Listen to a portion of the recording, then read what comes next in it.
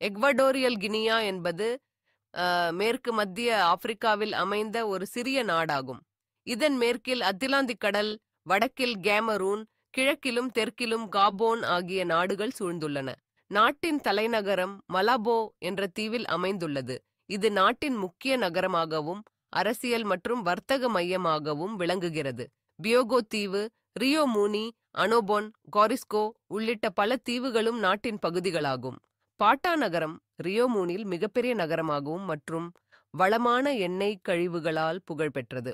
இங்கு வாடுகா, pepper soup, பாங்கு, யோக்கா போன்ற உணவுகள் மிகவும் பிரபலமானவை.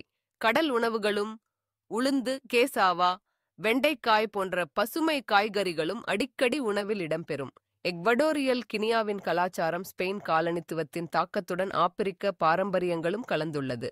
நாட்டின் இயற்கை அழகு, வனப்பகுதிகள், உயிரினங்களின் டயங்மும் இதனை சிறப்பிப்பவை. தேங்க்ஸ் ஃபார் வாட்சிங் திஸ் வீடியோ.